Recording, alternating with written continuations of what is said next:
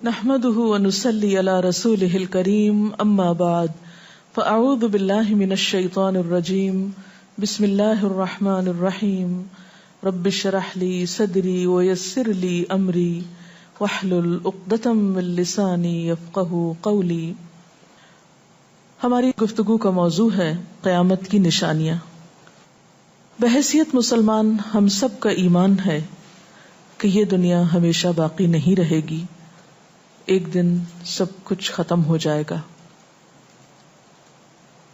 اور ایسا ہونا بھی چاہیے، اس لیے کہ ہر آغاز کا ایک انجام ہوتا ہے، ہر ابتدا کی ایک انتہا ہوتی ہے.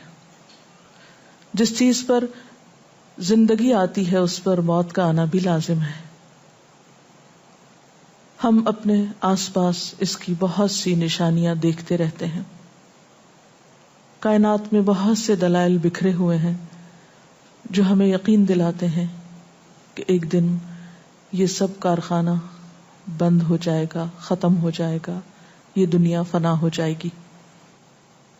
وہ وقت قرآن پاک کے الفاظ میں زمین و آسمان پر بہت بھاری ہوگا، اور اس بھاری وقت کے آنے سے پہلے دنیا میں کچھ علامات نمودار ہوں گی. تو آج چند ایک احادیث آپ کی خدمت میں پیش کروں گی جو قیامت کی نشانیوں کے بارے میں ہیں. اس سے ایک تو ہمیں اپنے عمل کا جائزہ لینے کا موقع ملے گا، دوسرے ان سے یہ بات سامنے آتی ہے کہ نبی صلی اللہ علیہ وسلم کی باتیں کتنی سچی باتیں تھیں. وہ لوگ جو حدیث کا انکار کرتے ہیں یا احادیث کا مذاق اڑاتے ہیں، وہ ان احادیث کی روشنی میں آج کے حالات کو دیکھ سکتے ہیں کہ آپ صلی اللہ علیہ وسلم نے اللہ تعالی کی بھیجی ہوئی وحی کی روشنی میں جو باتیں فرمائیں آج وہ ہم اپنی آنکھوں سے دیکھ رہے ہیں.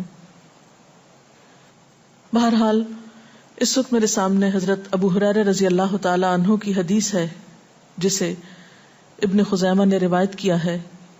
رسول اللہ صلی اللہ علیہ وسلم نے فرمایا، قیامت کی نشانیوں میں سے ہے کہ آدمی مسجد کے پاس سے گزرے گا مگر اس میں 2 رکعتیں ادا نہیں کرے گا. آج کتنے ہی لوگ ایسے ہیں کہ جن کے گھروں کے سامنے مسجدیں ہیں، وہ دن رات مسجدوں سے آوازیں سنتے ہیں لیکن مسجد کے اندر نہیں جاتے. نبی صلی اللہ علیہ وسلم کے زمانے میں اس بات کا تصور ہی نہیں تھا کہ کوئی شخص اپنے آپ کو مسلمان کہے اور پھر وہ نماز نہ پڑھے. اسی لیے ہم دیکھتے ہیں کہ منافقین ہر حال میں مسجد میں پہنچتے تھے، بلکہ انہوں نے اپنی ایک الگ مسجد بھی بنائی تھی یا مسجد نامی عمارت بنائی تھی. لیکن قیامت کے نزدیک مسجدوں کے پاس سے گزرنے والے مسجد نہیں جائیں گے. ایک اور حدیث میں آتا ہے، حضرت انس فرماتے ہیں رضی اللہ تعالی عنہ کہ اللہ کے رسول صلی اللہ علیہ وسلم نے فرمایا، لوگوں پر ایک ایسا دور آئے گا کہ ان میں اپنے دین کی حفاظت پہ صبر کرنے والا اس شخص کی مانند ہوگا جو آگ کے انگارے کو اپنی مٹھی میں تھامنے والا ہے. یعنی دین پر استقامت اور دین پر عمل اتنا مشکل ہو جائے گا بعض اوقات کہ جیسے ایک انگارہ ہاتھ میں لینا کہ انسان نہ لے سکے اور نہ پھینک سکے.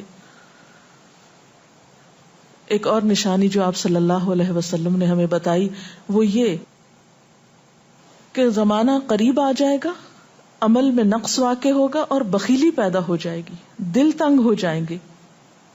ایک اور حدیث میں آتا ہے کہ بخیلی کا عام ہونا قیامت کی نشانیوں میں سے ہے. آج آپ دیکھیں کہ بسا اوقات انسان کے پاس اللہ کی دی ہوئی بے شمار نعمتیں ہوتی لیکن انسان ان نعمتوں میں کسی کو شریک نہیں کرتا. چھوٹی چھوٹی باتوں کو مائنڈ کر جانا، چھوٹی چھوٹی باتوں پہ ناراض ہو جانا، چھوٹی چھوٹی چیزوں کو حد سے زیادہ محسوس کر لینا، یہ سب کچھ شح کی وجہ ہی سے تو ہے، بخل کی وجہ سے ہی تو ہے. بخل صرف مال میں نہیں ہوتا، بخل تمام نعمتوں میں ہوتا ہے اگر ان میں اللہ کے دوسرے بندوں کو بطور شکر کے شریک نہ کیا جائے. ایک اور حدیث میں آتا ہے، مجموع الزوائد میں یہ حدیث روایت ہوئی ہے، رسول اللہ صلی اللہ علیہ وسلم نے فرمایا کہ لوگ سخت اور بخیل ہو جائیں گے، یعنی ان کے دل سخت ہو جائیں گے اور ان کے اندر بخل عام ہو جائے گا. ایک اور نشانی قیامت کی آپ صلی اللہ علیہ وسلم نے یہ بتائی کہ مساجد میں زیب و زینت بہت ہوگی، یعنی نمازی تو کم ہوں گے لیکن مسجدیں سجائی بہت جائیں گی. حضرت انس بن مالک کی روایت ہے، مسند احمد نے اس کو روایت کیا ہے، رسول اللہ صلی اللہ علیہ وسلم نے فرمایا قیامت قائم نہیں ہوگی یہاں تک کہ لوگ مسجدوں میں فخر و مباحات کریں گے، یعنی مسجد کے بنانے میں، اس کے سجانے میں، اس کی آرائش میں ایک دوسرے کا مقابلہ کرنے لگیں گے. ایک اور حدیث میں آتا ہے کہ قیامت کی علامات میں سے ہے کہ لوگ مسجدوں کو سجایا کریں گے، یعنی اللہ تعالیٰ کو نماز پڑھ کے خوش کرنے کی بجائے مسجد بنا کے سجا کے خوش کرنے کی کوشش ہوگی. حضرت ابو الدرداء سے روایت ہے کہ جب تم لوگ مسجدوں کو سجانے لگو، قرآن کو مزین کرنے لگو تو تمہاری بربادی ہے، کیونکہ قرآن پاک پڑھنے کے لیے آیا، محض سجانے کے لیے نہیں.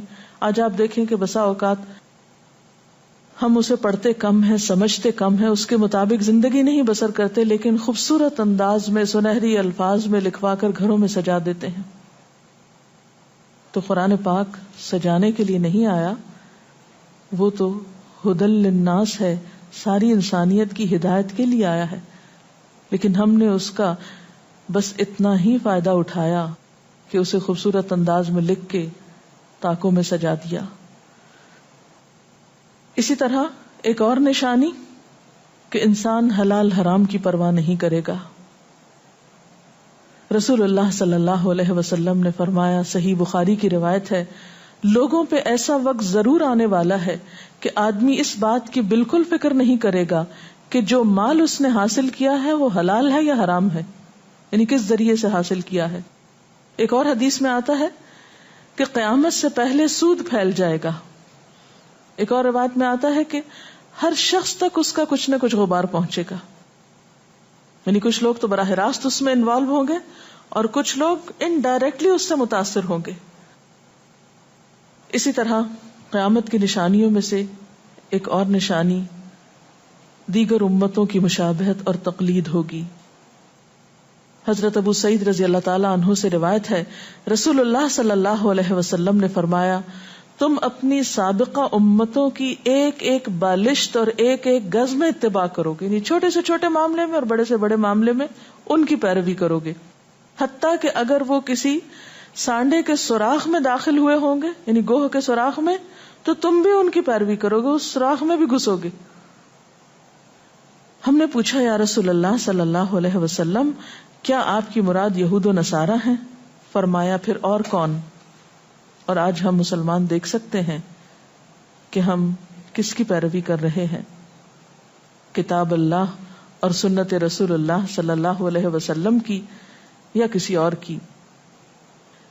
قیامت کی نشانیوں میں سے ایک نشانی زلزلے بکثرت آئیں گے.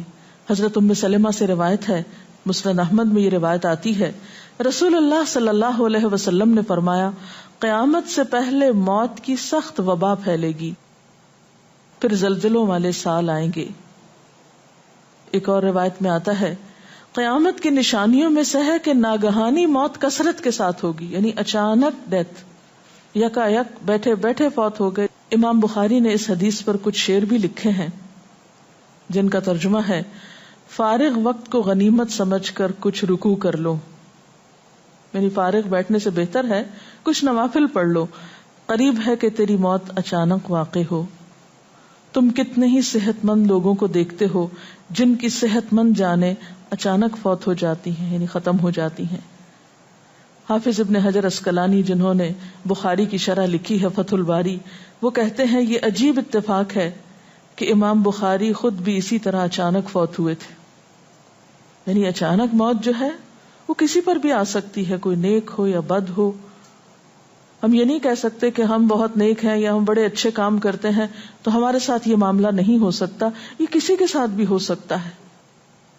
اس لیے جو وقت آج ہمیں حاصل ہے، جو لمحات آج ہمیں ملے ہیں، ان کو غنیمت سمجھیں اور نیکی کے کام میں پیچھے نہ رہیں.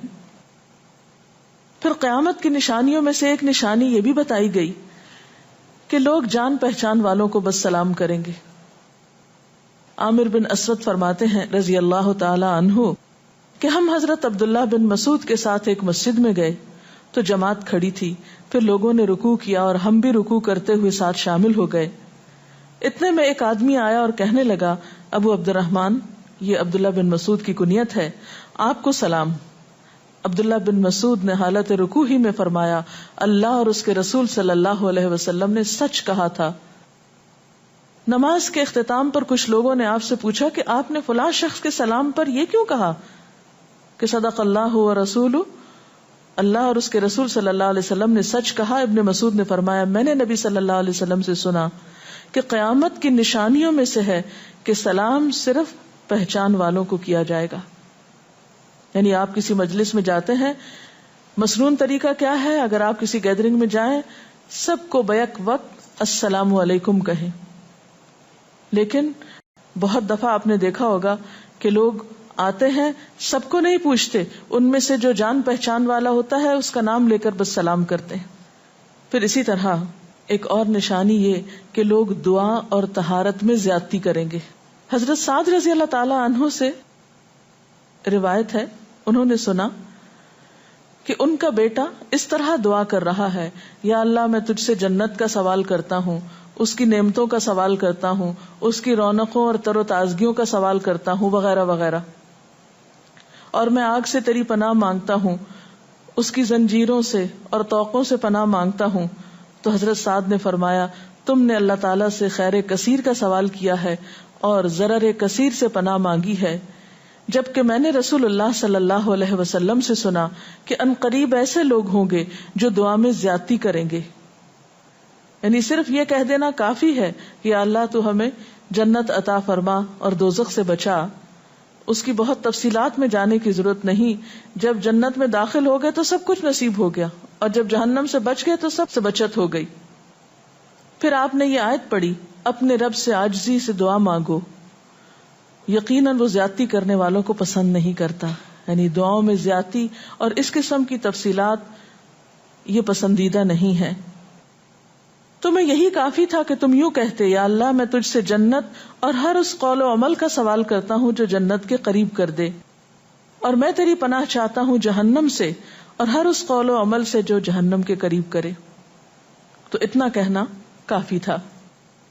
پھر قیامت کی نشانیوں میں سے ایک نشانی آپ صلی اللہ علیہ وسلم نے یہ بھی بتائی کہ نااہل حاکم مقرر کیے جائیں گے۔ حضرت ابو ہریرہ سے روایت ہے کہ قیامت کی نشانیوں میں سے ہے کہ ذلیل اور کمینے لوگ نیک شریف لوگوں پر غالب ہو جائیں گے۔ کیوں ابن مسعود، کیا تم نے بھی یہ بات میرے محبوب صلی اللہ علیہ وسلم سے سنی ہے؟ ابن مسعود نے فرمایا، ہاں رب کعبہ کی قسم۔ حضرت حذیفہ سے روایت ہے کہ قیامت اس وقت تک قائم نہ ہوگی جب تک کہ تم اپنے امام کو قتل نہ کرو گے، یعنی لوگ اپنے حاکموں کو مارنے لگیں گے اور اپنی تلواروں کے ساتھ آپس میں ہی لڑائی کرو گے، علاوہ ازیں تم میں سے بدترین لوگ تمہاری دنیا کے وارث ہو جائیں گے۔ اسی طرح قیامت کی نشانیوں میں سے ایک نشانی یہ بھی ہے، حضرت عبداللہ بن مسعود سے مروی ہے کہ رسول اللہ صلی اللہ علیہ وسلم نے فرمایا، قیامت کے قریب صرف مخصوص لوگوں کو سلام کیا جائے گا۔ تجارت اس قدر پھیل جائے گی کہ عورت تجارت میں اپنے خاوند کا ہاتھ بٹائے گی، یعنی اتنا بزنس ہوگا کہ مرد سے اکیلے نہیں سنبھالا جائے گا، عورتیں اس میں شریک ہوں گی، رشتہ داری توڑی جائے گی، یعنی مال کثرت سے ہونے کے باوجود رشتہ داروں کا خیال نہیں رکھا جائے گا، جھوٹی گواہی دی جائے گی، حق چھپایا جائے گا، اور قلم کا ظہور ہو جائے گا، یعنی نشر و اشاعت خوب ہوگی، خوب لکھا جائے گا۔ ایک اور روایت میں آتا ہے کہ وقت مختصر ہو جائے گا۔ آج آپ دیکھیے ہر شخص وقت کی کمی کی شکایت کرتا ہے۔ حضرت ابو ہریرہ رضی اللہ تعالیٰ عنہ سے روایت ہے، رسول اللہ صلی اللہ علیہ وسلم نے فرمایا، قیامت قائم ہونے سے پہلے یہ نشانی ظاہر ہوگی کہ زمانہ قریب آ جائے گا، یتقارب الزمان، سال مہینے کی طرح، مہینہ ہفتے کی طرح، ہفتہ دن کی طرح، اور ایک دن ایک گھنٹے کی طرح، اور ایک گھنٹہ آگ کے شعلے کی طرح تیزی سے گزرنے والا ہو جائے گا۔ اور آج آپ دیکھیے کہ اللہ کے رسول صلی اللہ علیہ وسلم کی یہ بات کتنی سچ معلوم ہوتی ہے کہ ہر شخص وقت کی کمی کا شکار ہے، اور پتہ ہی نہیں چلتا ہفتہ گزر گیا، پتہ ہی نہیں چلتا مہینہ گزر گیا، پتہ ہی نہیں چلتا سال گزر گیا، پتہ ہی نہیں چلتا اتنی عمر گزر گئی، کل کی بات لگتی ہے. اور انڈائریکٹلی یہ اشارہ اس بات کی طرف کہ زندگی کی رفتار بہت تیز ہو جائے گی، یعنی فاسٹ لائف جس کو آپ کہتے ہیں اس کا شکار ہو جائے گا. ایک اور روایت میں آتا ہے کہ دنیا محبوب ہو جائے گی، موت سے نفرت ہو جائے گی. حضرت ابو ہریرہ سے روایت ہے، رسول اللہ صلی اللہ علیہ وسلم نے حضرت ثوبان سے فرمایا، اے ثوبان، اس وقت تمہارا کیا حال ہوگا جب دوسری امتیں تم پر اس طرح ٹوٹ پڑیں گی جس طرح تم کھانے کے برتن پہ ٹوٹ پڑتے ہو. ثوبان نے کہا، میرے ماں باپ آپ پہ قربان، اے اللہ کے رسول صلی اللہ علیہ وسلم، کیا اس وقت ہم تعداد میں کم ہو جائیں گے؟ فرمایا، نہیں، بلکہ تم کثرت میں ہوگے، لیکن اللہ تعالیٰ تمہارے دلوں میں وہن ڈال دے گا. صحابہ نے پوچھا، یا رسول اللہ صلی اللہ علیہ وسلم، وہن کیا چیز ہے؟ آپ نے فرمایا، دنیا سے محبت اور جہاد سے نفرت. اور ایک روایت میں آتا ہے، دنیا سے محبت اور موت سے نفرت.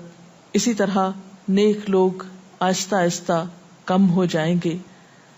رسول اللہ صلی اللہ علیہ وسلم نے فرمایا، نیک لوگ یکے بعد دیگرے رخصت ہوتے جائیں گے، فوت ہوتے جائیں گے.